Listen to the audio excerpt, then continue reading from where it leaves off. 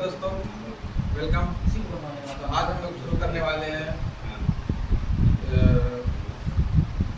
Science का physics में गति चैप्टर। गति के बारे में दो बात हम लोग को जानना होता है। कोई भी वस्तु गति में है या स्थिर है, इसके बारे में दो बात का जानना जरूरी है। पहली बात है कि हम लोग को रेफरेंस पॉइंट जानना होगा कि संदर्भ बिंदु, कि हम किस संदर्भ में किसी वस्तु के बारे में बात कर रहे हैं, और वो संदर्भ बिंदु ही बताता है कि कोई वस्तु गति में है या स्थिर है। जैसे अगर हम कहते हैं कि कोई ऑब्जेक्ट, कोई वस्तु ए से बी तक जाती है या कोई वस्तु ए से चलकर बी तक जाती है, इसका मतलब उसका संदर्भ बिंदु जो है ए है, जिसको हम लोग रेफरेंस पॉइंट कहते हैं। और ये रेफरेंस पॉइंट हमेशा जो है ना, ये ओरिजिन होता है। इसका मतलब क्या हुआ कि कुछ समय में कोई वस्तु जो है कुछ डिस्टेंस तय करेगी, कुछ दूरी तय करेगी।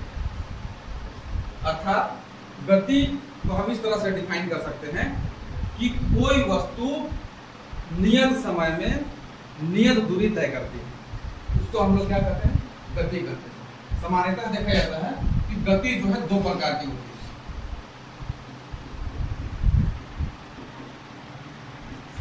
है। एक होता है एक समान गति, जिसे हम लोग यूनिफॉर्म मोशन कहते हैं, और दूसरा होता है असमान गति, जिसे नॉन यूनिफॉर्म मोशन कहते हैं।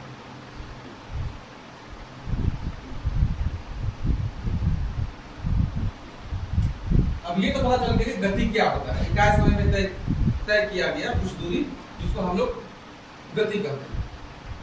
एक समान गति क्या है कि कोई वस्तु जो है समान समय में समान दूरी तय करेगी। जैसे हम कहें कि कोई वस्तु को ए से डी तक का दूरी तय करना है, तो ए से बी जो है 1 घंटा में से 50 किलोमीटर तय करेगी, तो ए से सी में भी जो है 1 घंटा में 50 किलोमीटर ही तय करेगी, और सी से डी में भी 50 किलोमीटर ही तय करेगी। ये हो गया एक समान गति का उदाहरण कि समान समय अंतराल में समान दूरी कोई भी वस्तु तय करेगी।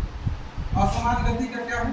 असमान गति कहते हैं कि समान समय में असमान दूरी तय करेगी। जैसे 1 घंटा में अगर जो है कोई वस्तु जो है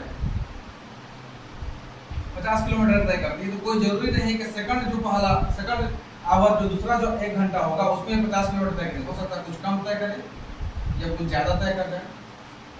तो इस तरह का जो दूरी कहते हैं, इसको असमान गति।